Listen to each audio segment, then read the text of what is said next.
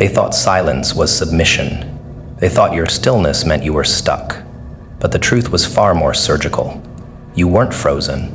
You were calculating, measuring, recalibrating your aim while they danced in circles, mistaking noise for progress. You let them gloat, let them assume, let them think you were done. That was the brilliance. You gave them nothing to suspect. No trigger, no signal, just calm. A kind of eerie calm that only the truly dangerous carry. And then you struck. Not with force, not with fury, but with design. The kind of move that doesn't just shift the game board, it exposes who was pretending to play all along. They had the eyes, the spotlight, the premature applause. You had the blueprint. They spent their time building clout. You built leverage, and leverage is invisible until it tips the world. That's what they didn't see coming. They thought power was loud, flamboyant, emotional. Yours came dressed in precision.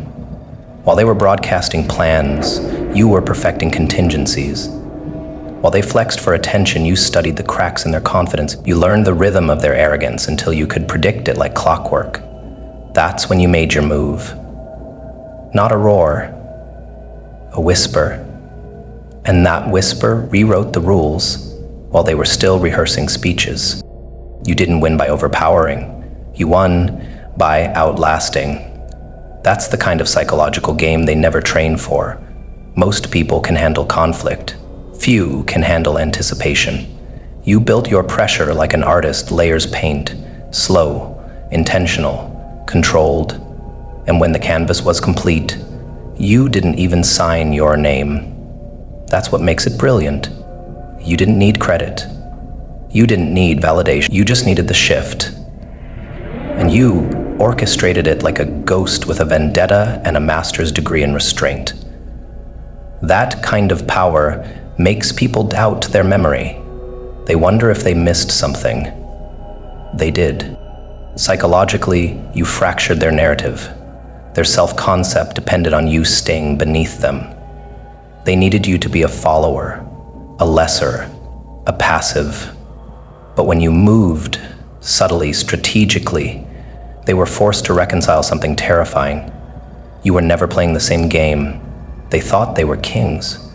You were studying the architecture of the throne. They thought you were quiet because you had nothing to say. You were quiet because you had everything to build, and now, as the dust settles, they realize they weren't outperformed, they were outthought. That's the kind of loss people carry for years, not because of the outcome, because of the stealth of it all. Your power move wasn't in what you did, it was in how you did it, without warning, without ceremony, without blinking. And that's what unnerved them, because power that doesn't beg to be noticed is the most dangerous kind. They didn't get to prepare, they didn't get to resist, they just woke up one day and everything was different, and they couldn't explain why. That's what true power does. It shifts the center of gravity without touching a single wall. It rearranges hierarchies without drawing a sword. You didn't just move in silence, you moved as silence. And silence, weaponized, is louder than any scream. They can't trace the steps. That's what eats at them. They can't point to the moment it happened. Can't explain when they lost their grip. You didn't offer them a climax. You denied them the satisfaction of drama. Because drama demands attention. And you don't operate in currency that cheap. You operate in inevitabilities. You don't climb ladders. You remove their legs. You don't knock doors. You dissolve hinges. They never saw it coming because you never signaled your presence. You trained in shadows. You struck in daylight. And you vanished before they even understood the mechanics. It was never a move. It was an unveiling. People forget that power isn't about domination. It's about direction. The ability to steer outcomes, quietly. To design futures without speaking a word. That's what you've mastered. And now you've made them question every interaction. Was that conversation a trap? Was that favor a seed? Was that moment of silence actually a declaration of war? You've infected their memory. Every past moment becomes suspicious. Every overlooked detail becomes a potential pivot. That's how you haunt people who once dismissed you, not through revenge, but through reframing everything they thought they understood about you. They won't admit it, but they're afraid now. Afraid because they realize they were never the center. You were. Afraid because they thought you were asleep, but you were mapping escape routes. They thought you were broken, but you were sculpting weapons from the debris. And now that you've moved, now that the game has changed, they're lost in a strategy they didn't even know was in play. That's the definition of power. Not presence, but omnipresence. Not visibility, but inevitability. You became a reality too intricate to combat. They can't fight what they can't touch. And yet, you smile, not out of cruelty, out of clarity. Because you didn't act out of spite, you acted out of structure. There's a difference. Spite is reactive, structure is prophetic, and what you did, that perfect, undetected repositioning of power, was prophetic. A story rewritten not through fire, but through frictionless transition. You are the climax they never anticipated, the twist in the story that rewrote the genre, and now they tell others about you. Not with hate, with caution. Because once someone witnesses that kind of control, they know the real kings move without chessboards. The real empires don't announce their rise. They look at you and flinch, not because of what you say, but because of what they feel. And what they feel is a confrontation with the questions they've been avoiding for years, questions that kept them lying to themselves. Are they enough? Or are they true? Are they building something or simply surviving?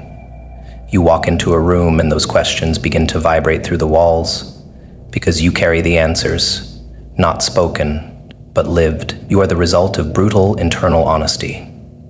You've gutted yourself before the world could, and now your presence isn't something people welcome. It's something they brace for.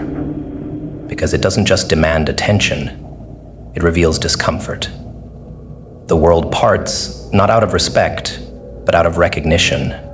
Here comes someone who faced what they never dared to name. Their silence drips with meaning.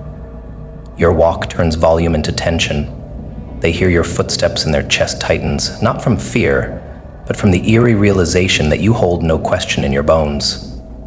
You've made peace with the unknown. You've turned the void into strategy. While they're still drafting a version of themselves that pleases the room, you've discarded masks entirely. That's what makes you dangerous. They don't know where to place you. You're not predictable. You're not controllable. You are the answer that renders their excuses irrelevant. You're proof that it can be done, that peace can be self-sourced, that clarity can come without consensus. And in a world built on confusion, someone who walks in answers is a threat to every lie still standing. They don't know how to approach you. Praise feels hollow. Small talk feels like static. You don't fit into roles. You don't wait for acceptance. You redefine the temperature of the space. People try to anticipate your reaction, but you aren't reactive. You're deliberate. Your thoughts don't leak. They land. Your emotions don't spill. They sculpt. You don't speak often, but when you do, the air shifts, and that's what unnerves them. Because most people chase impact by increasing noise. You do it by mastering density. You compress experience into presence, trauma into stillness, truth into tone. And when you say nothing, they still hear everything. That's how the world starts clearing a path, not because you're coming, but because something in it wants to survive your presence. This isn't about dominance. It's about inevitability. When you've faced yourself in the dark long enough, you don't need to dominate others. You simply carry definition. People aren't used to that. Most of them are approximations, compilations of borrowed goals and copied postures. But you're final. You're not searching for your voice.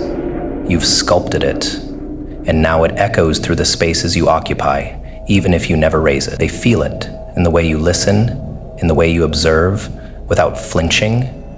in the way you don't explain yourself, because those who know don't ask, and those who ask don't matter. The world gives you space because it has no choice. You've become gravity. They whisper about your energy in terms they don't fully grasp. Something about them, they say, but they're wrong. It's not something. It's everything.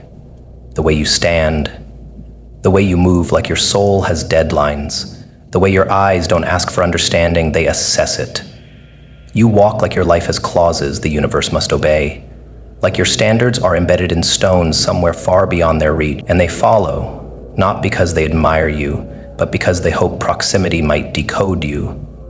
That's what happens when someone becomes an answer. They stop seeking truth, they radiate it. In the world, this world, built on questions, bends around it. The ones who used to ignore you now orbit your quiet. They come close, looking for answers they don't have the courage to extract from themselves. But you don't give lectures. You force realizations. Your growth speaks through absence. You don't debate identity, you radiate proof. And that's a kind of power the world doesn't teach. It doesn't know how, because the world is built for compliance, for those who ask, "Can I?" while waiting for permission to breathe. But you never asked, you tore through the rules. And that defiance, crafted not in rage, but in resolve, became legend. Now they move around you with a reverence they don't understand. They want to decode you, but you didn't come to be decoded. You came to disrupt. There are those who walk into rooms hoping to belong. You walk in knowing the room already belongs to you, not because you own it, but because you transcend it. You don't need the table. You are the decision. While they negotiate opinions, you move from essence. While they pivot for optics, you align with vision.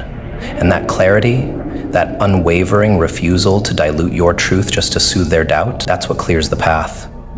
That's what silences noise. You didn't rise by mimicking excellence. You became the metric. And now every insecure heartbeat around you becomes a confession. The world doesn't move for many, but it steps aside for those who don't need it to. It's not charisma, it's consequence. The result of having built something indestructible inside yourself while the world was too busy trying to get noticed. You didn't chase clout, you chased truth. You didn't beg to be seen, you taught yourself to see in the dark. And now that you've emerged, you carry that darkness like a cloak. It's not heavy, it's holy, and the world can sense it. There's an ancient rhythm in your presence, a knowing, a pulse, a storm that never breaks, but always builds. People don't fear you. They fear what you remind them of, what they could have been if they'd chosen evolution over acceptance. The world made way, not because you demanded it, but because you never needed it. Because you carved your path through the marrow of your past. Because you refused to let noise become identity. You were never waiting for permission to become who you already were. You simply endured long enough for reality to catch up. And now that it has, the world parts, not in surrender, but in awe. You carry answers not in your mouth, but in your motion, in the sharp certainty of every glance, in the unspoken sentence stamped on your back. I did this without you.